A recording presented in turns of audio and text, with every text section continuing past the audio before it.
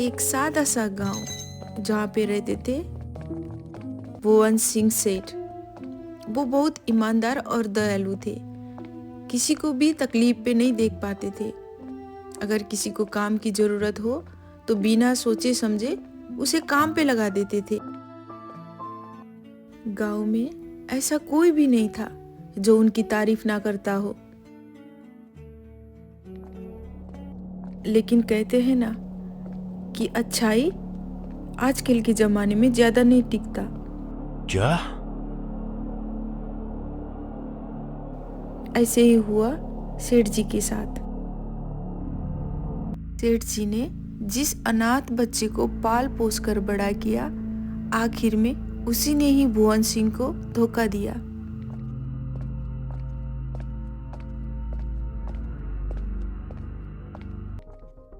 अरे वाह वाह राकेश, मैं तुम्हें मान गया। Hjartas. Hjartas.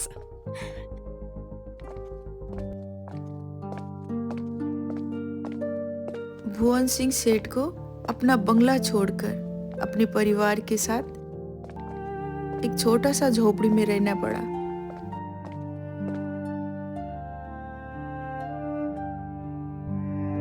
अब उन लोगों का गुजारा बहुत ही मुश्किल से होने लगी।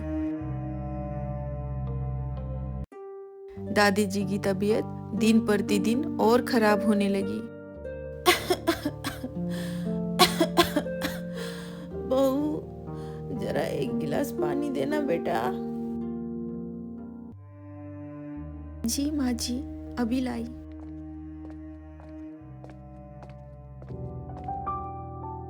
भुवन सिंह ने सबसे बात करना बंद कर दिया, मानो कि वो अंदर से टूट गया हो।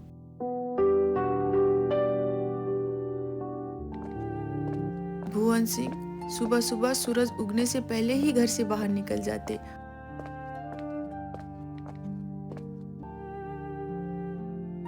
और रात के अंधेरे होने के बाद ही वो घर वापस आते। घर में किसी को भी नहीं पता था कि आखिर भुवन सिंह पूरा दिन जाते कहाँ है, और ना किसी ने पूछने की हिम्मत की। घर में बहुत ही तंगी आ गई थी। बूढ़ी सास की तबीयत खराब थी, बच्चों की पढ़ाई, ऊपर से भुवन सिंह ने बातचीत करना ही बंद कर दिया था। एक दिन पार्वती सिंह ने सोचा कि घर के खर्चे चलाने के लिए खेतों में जाके काम करना पड़ेगा, नहीं तो घर में बहुत ही ज्यादा तंगी आ जाएगी।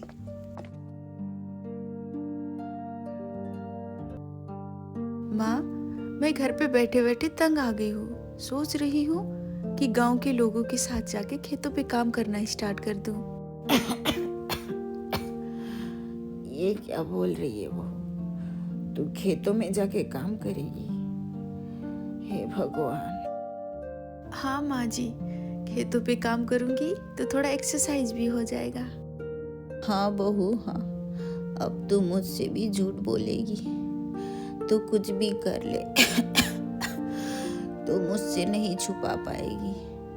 तू जब 18 साल की थी तब तू मेरे घर आई थी, तब से मैं तुझे देख रही हूँ। अरे माँ, इसमें छुपाने वाली कौन सी बात है? घर में थोड़ा सा अनाज भी आ जाएगा और काम का काम भी हो जाएगा। थोड़ी दिन की बात है, फिर तो सब कुछ ठीक हो ही जाएगा। मैं क्या बोलूं बेटी, भाभी ने जैसा लिखा है वैसा होना ही है। तेरा मन है तो चली जा। ठीक है माँ जी, मैं होकर आती हूँ, और आप भी अपनी दवाई टाइम से ले लेना, भूलना मत।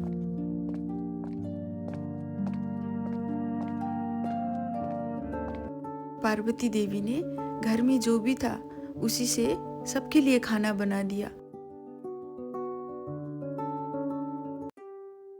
और अपनी सास की दवा निकालकर टेबल पे रख दिया।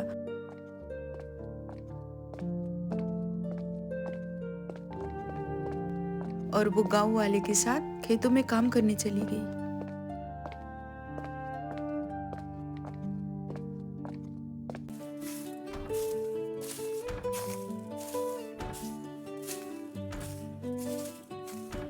जब खेतों में काम कर रहे गांव वालों ने पार्वती सिंह को आते देखा तो वो लोग चौंक गए।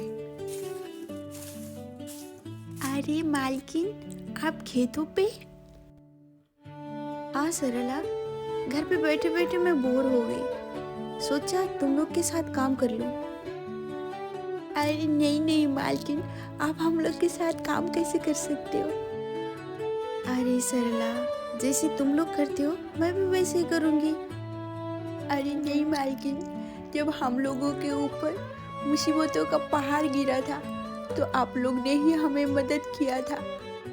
अभी आपको इस हाल में देखकर बहुत ही बुरा लगता है मालकिन। अरे सरला, तुम्हें बुरा मानने की कोई जरूरत नहीं, ये तो किस्मत का खेल है। इतना कह के वो गांव वालों के साथ काम करने लगी। काम छोड़कर गांव वाले पार्वती सिंह को देखने लगे। गांव वालों को बहुत ही बुरा लग रहा था। गांव वालों को जब भी जरूरत पड़ती भुवन सिंह और पार्वती सिंह हमेशा उनके साथ खड़े रहते, लेकिन आज ये सब देखकर गांव वाले बहुत ही दुखी थे। पूरा दिन खेतों पे काम करने के बाद शाम को खेतों का मालिक दिहाड़ी देने खेतों पे आया। जब पार्वती सिंह ने नजर उठा के देखा तो वही लड़का था, राकेश।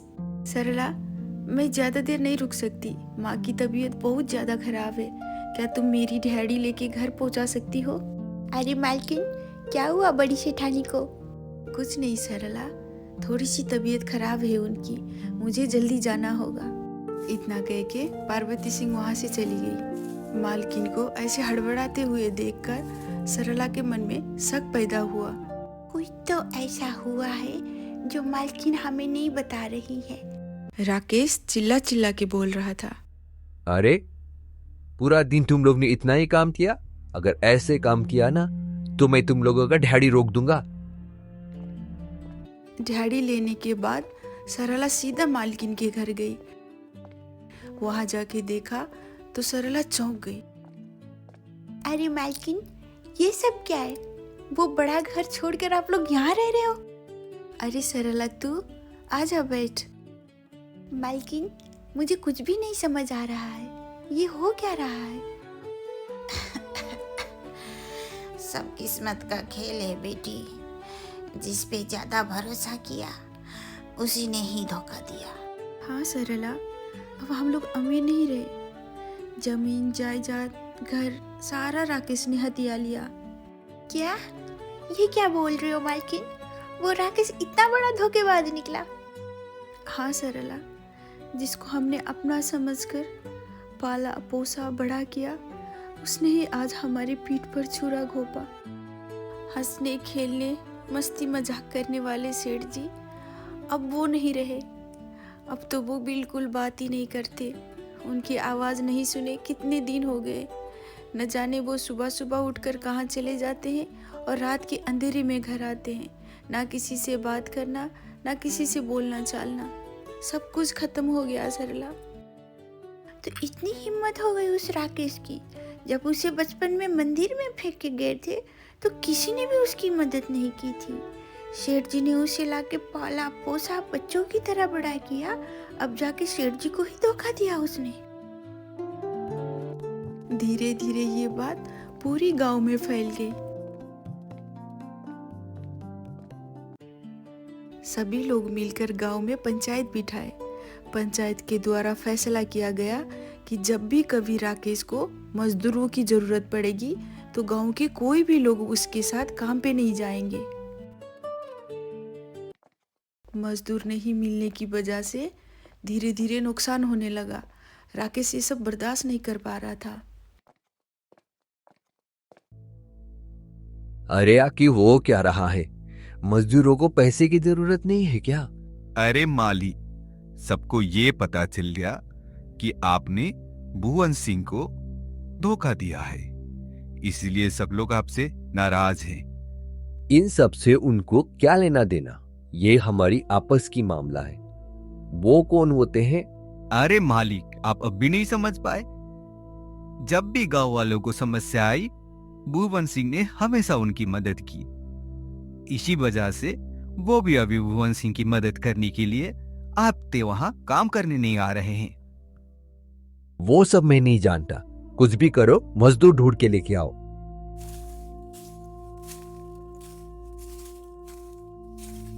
पूरी गांव में हल्ला फैला दिया गया कि जो भी राकेश के वहां काम करने आता उसको डबल दिहाड़ी मिलेगी।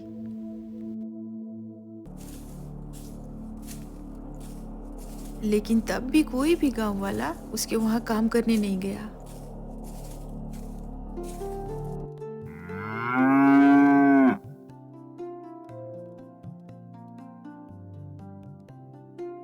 एक दिन भुवन सिंह रात होने से पहले ही घर लौट आए। उनकी चेहरे पर हल्की मुस्कान थी।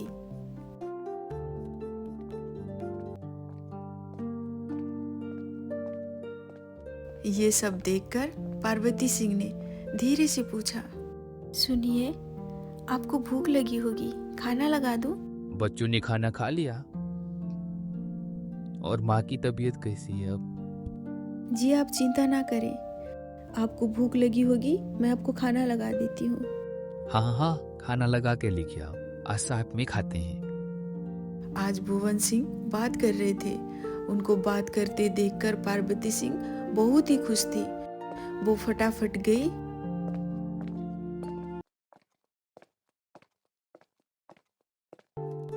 और 2 थाली में खाना लगा के लेके आई। बहुत टाइम के बाद दोनों साथ में बैठ के खाना खा रहे थे। खाना खाने के बाद पार्वती देवी ने धीरे से पूछा, क्यों जी, आज आप बहुत खुश लग रहे हो, क्या बात है? हाँ हाँ, बात ही कुछ ऐसी है, मैं कल बताऊंगा। अभी आराम से सो जाओ।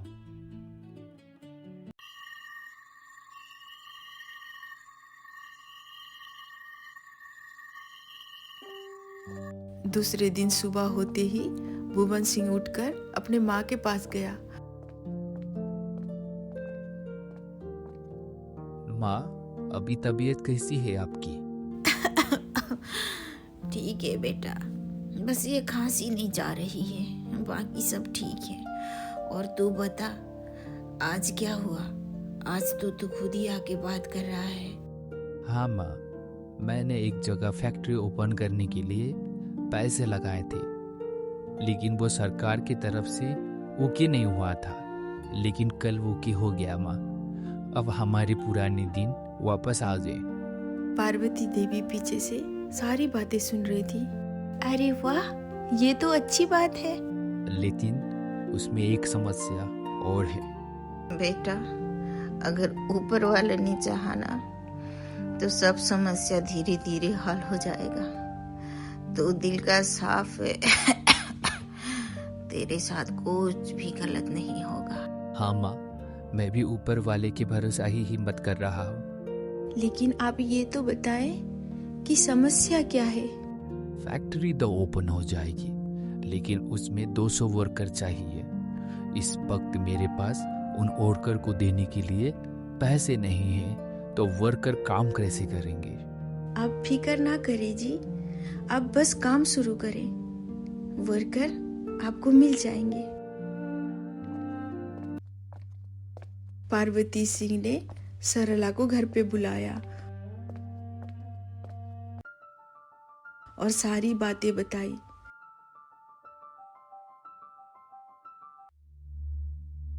सरला जाके ये सारी बात गांव वालों को बताया।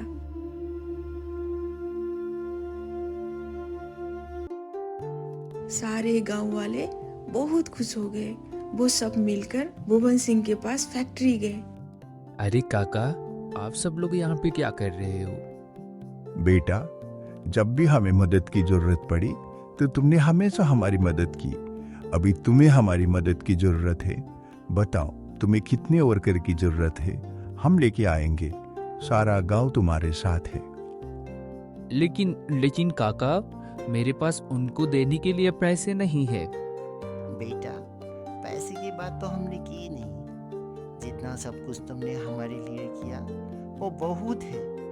अभी बस ये बताओ, कि हमें करना क्या है। भुवन सिंह बहुत खुश हो गया। उसने गांव वालों को काम बता दिया।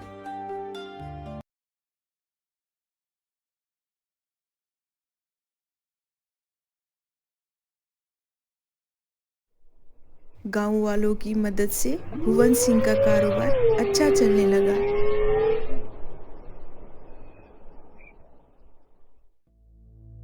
उधर राकेश, मजदूर ना मिलने के कारण सारा कारोबार लॉस में चला गया। राकेश ने भुवन सिंह से माफी मांगने की नाटक किया, लेकिन गांव वाले ने उसको वहां से भगा दिया। इसीलिए कहते हैं कि कर्म करो, फल की चिंता ना करो। जब भी तुम कहीं पे बेईमानी करोगे तो वो बेईमानी का रुपया या बेईमानी का धन कभी तुम्हारे पास नहीं रुकेगा।